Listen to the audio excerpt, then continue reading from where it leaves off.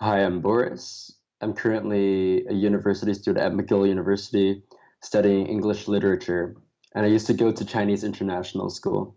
So, a bit about my background, it's that I've published my writing work in 7 or 8 magazines around the world, and I also wrote a poetry book in my final year of IB. In terms of tutoring experience, I've taught students with autism English, and also I was involved in the Skype initiative that helps students in Syria pass their TOEFL. And at my old school, Chinese International School, I was involved in writing workshops and I also tutored kids uh, for IB English. So, how I can help? Firstly, I can help you break down text for analysis and also offer some helpful tips for IB English. Other than that, I can also give a lot of tips on creative writing, editing, and maybe even help out with your university applications.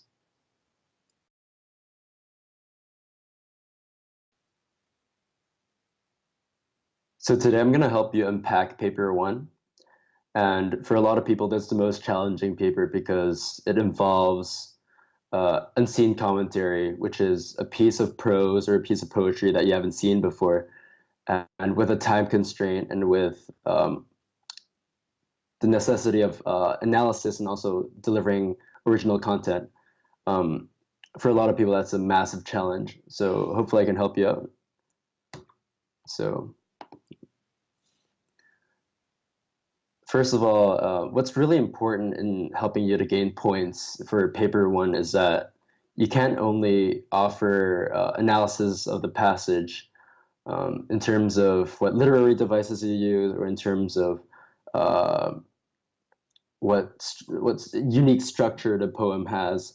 You also have to offer some kind of original interpretation. So just imagine like you're writing a mini essay. So create a mini thesis for paper one. Uh, Despite that being said, of course, you have to demonstrate knowledge of literary devices, but all of this has to be used as support of your thesis rather than for these random literary devices to stand on its own. So, in this sense, what's essential is having an inherent comprehension of the poem or the piece of prose. And we're going to move on to this poem called Digging by Seamus Heaney. So, um,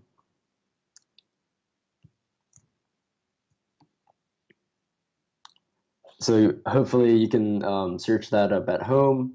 So what we're going to talk about is largely organization and structure of this poem. Um, and as you can see in this poem, it's uh, not too long, and there's a lot of different length stanzas.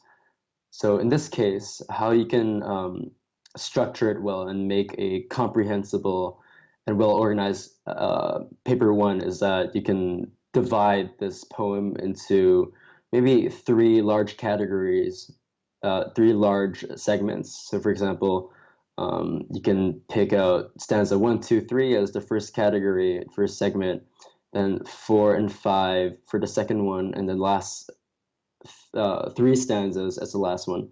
And by doing this, you can break down the poem into comprehensible chunks. And when I write a paper one, what I prefer doing is I prefer working in a chronological fashion. So from line one to the final line, because it makes more sense and it's easier for you, the writer, to understand what you're writing about, and also getting a feel of the poem, having a feel for the flow of the poem. And hopefully, with each subcategory or each substructure of the poem, you think of its own theme that contributes to the thesis. And so, before you start writing, here's some helpful tips. It's important to read over the passage a few times, but not just reading. You have to annotate it carefully along the way, noting down all the literary devices that you're using. Also, you have to check out how each line contributes to forming that thesis that you originally have. So as you're reading it, as you're annotating and close reading it, ask yourself these questions, and this is very simple, but it's extremely effective. So write down the tone of the poem. What is the tone of the poem? What is the theme of the poem? And what is it really about? So by answering these questions, inadvertently, you're already creating an original interpretation of what the poem is, um, just through answering these questions and having an understanding of what it's about.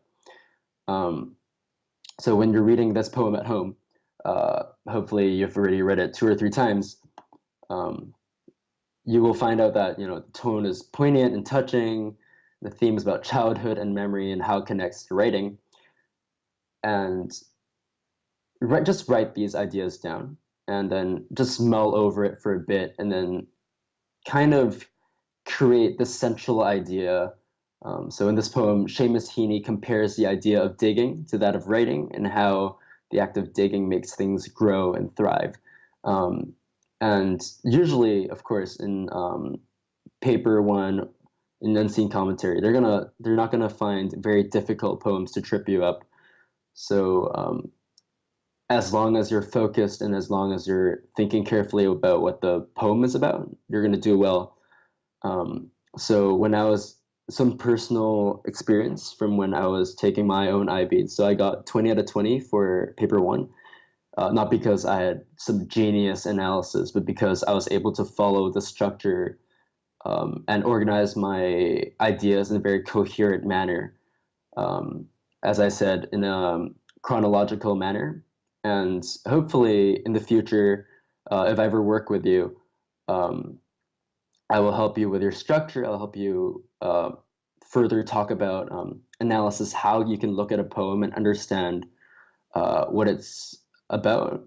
So poetry in itself is inherently subjective. So it's always important to offer some kind of creative interpretation of it. And for a lot of people, that's a bit challenging. But with my help, hopefully I can make it way easier for you and help you get a 7 for IB English. So yeah, thank you.